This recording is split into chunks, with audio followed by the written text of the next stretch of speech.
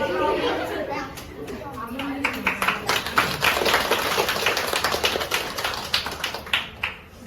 வாழ்க்கையா நகரத்து வாழ்க்கையா இந்த பட்டிமன்றத்தை காண வந்திருக்க அனைவருக்கும் என் முதற்கண் வணக்கத்தை தெரிவித்துக் கொள்கிறேன்.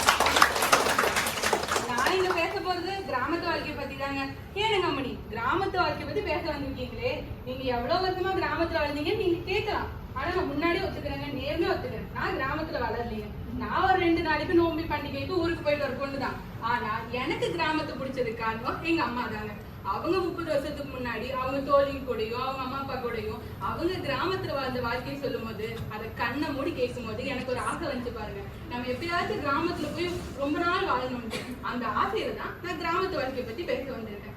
இங்க நகரத்து வாழ்க்கை பெஸ்ட் நிறைய பேர் சொல்றீங்கல்ல, அவங்க எல்லாருக்கும் ஒண்ணு கேட்கறேன், எத்தனை பேர் தீபாவளியோ பொங்கலோ நோம்பிக்கு ஊருக்கு போகாம இருப்பீங்க? 190% பேர் கிராமத்துக்கு தானே போறீங்க. ஏதோ 10% பேர் வீட்டுல குக்கர்லயோ பொங்கல் பானையிலயோ பொங்கலை வச்சு சாப்பிட்டுட்டு டிவில படம் பார்த்துட்டு உட்கார்ந்துட்டு இருக்கோம். மத்த எல்லாரும் என்ன பண்ணுவோம்? கிராமத்துக்கு போய் கரும்பு கட்டி சூரியனை வணங்கி பானை பொங்குறத பார்த்து பக்கத்துல வர நம்ம அத்தையும் சுத்தியும் குழவை போட்டுட்டு இருப்பாங்க. அதுல நம்ம ஏதாவது கொஞ்சம் பேசி சிரிச்சுட்டு இருப்போம். அப்பன்னு பார்த்து நம்ம அம்மா திட்டுவாங்க, ஏய் வாய் மூடி பொங்கல் பொங்கறத பாருன்ட்டு. அப்பதான் அம்மா அப்படியே பாத்துட்டு இருப்பாங்க பொங்கல் எந்த திசையில பொங்குதுன்ட்டு. அதுல அவங்களுக்கு கிடைக்கிற சந்தோஷத்தை பார்க்க திட்டு வாங்குறது கஷ்டமா இருக்கும்.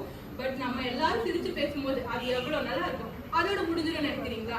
மாட்டு பொங்கல் அன்னைக்கு என்ன நினைப்போம்? தெப்பக்குளை வெட்டி மாட்டை நல்லா அலங்காரம் பண்ணி அது முடிச்சுட்டு போய் அதுக்கு பொங்கல் ஊட்டி விட்டு நைட்டு பட்டி பொங்கல் வைப்பாங்க பாத்தீங்களா? அடடா அப்படி இருக்கும். எத்தனை பேர் பாத்திருக்கீங்க? நல்லா இருக்குமா இல்லையா? அதோட முடிஞ்சப்ப அடுத்து என்ன வரும்? காணும் பொங்கல், பூ பொங்கல்னு சொல்லுவாங்கல்ல. அப்ப என்ன பண்ணுவாங்க? குழந்தைகளாகட்டும் பெரியவங்களாகட்டும் நல்லா பேசி சிரிச்சு மஞ்சள் தண்ணி ஊற்றி விளையாடி அதுக்கப்புறம் எவ்வளவு விளையாட்டு விளையாடுவோம்? கும்மி அடிப்போம். அதோட சீட்டு பொம்மை விளையாடுவோம். நீங்க எத்தனை பேருக்கு சீட்டு பொம்மை ஞாபகம் இருக்குன்னு எனக்கு தெரியல. ஆனா 2 குழந்தைங்க கை கோத்துட்டு சுத்தி சுத்தி விளையாடுவாங்க.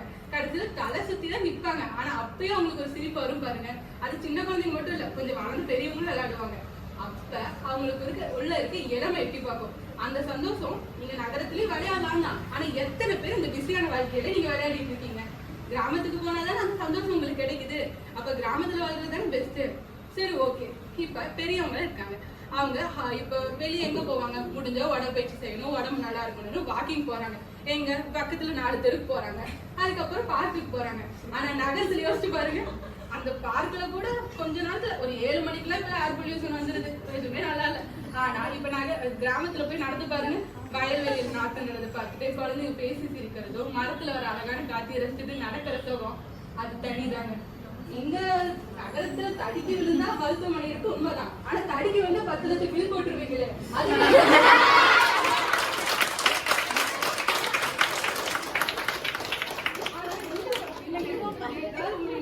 பின்னாடி அப்பதான் படுத்திருக்கோம். பார்த்தா சளி பிடிச்சிருக்கு, ஒரு ரசம் வச்சு தரும், திட்டிலே வச்சு தரும், உடம்பு பாத்துக்க மாட்டியா நாயன்ட்டு எடுத்து கொடுக்கும். அப்படியே அந்த சளியெல்லாம் காணாம போயிடும். எங்க அப்பதான் மருத்துவமனை தானே பெஸ்ட். இப்ப நான் பண்ண போறத பார்த்து இங்க இருக்க இசைப்பிரியர்கள் தான் கோவப்படாம மன்னிக்கணும். பாட்டு எனக்கு ஆறாதுதான், ஆனா அடிச்சிருக்கு. ஆடு மாடு மேல உள்ள பாசம் வீட்டு ரேஷன் கார்டில் சேர்க்க சொல்லி கேட்கும். வெறும் தண்ணி கேட்டா ஒரு தருணேசம் வெள்ளந்தி மனிதர்கள் ரசம் மண்ணு எங்கள் வீசும். அதுதாங்க உண்மை. இப்ப பக்கத்து வீட்டுக்கு போறோம், அங்க ஒரு முருங்கை மரம் இருக்கு. ஏக்கா ஒரு 2 கொத்து முருங்கை இலை கொடுங்கன்னா, ஏமா நிறைய பறிச்சுட்டு போய் குழந்தைங்களுக்கு செஞ்சு கொடுமான்னு சொல்லுவாங்க. வீட்டுக்கு செஞ்சு கொண்டு வந்து நம்ம எல்லாரும் அன்பா அவங்க சாப்பிடுவோம் குடும்பத்தோட. ஆனா இங்க போனா 50-60 ரூபாய்க்கு கொஞ்சோண்டு கிடைக்கும், 10 சாப்பிடுவோம். அந்த கிராமத்துல இருக்க அன்புக்கும் நகரத்துல இருக்க வியாபார யுக்திக்கும் இடையில இருக்க வித்தியாசத்துல தான் நான் கிராமம் பேசுகிறேன்.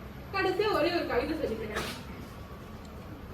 முகில் தரும் மன நிம்மதியில் எழில் பொழியும் 8 திக்கு மகிழ்ச்சியில் உறவுகளின் உன்னதம் கண்டு நோம்பியின் நிலையான சிரிப்புடன் வாழ்ந்த மழலையின் 4 அறைகளும் நினைக்கும் மதிக்கும் நேசிக்கும் வாழ்க்கை கிராமத்து வாழ்க்கையே.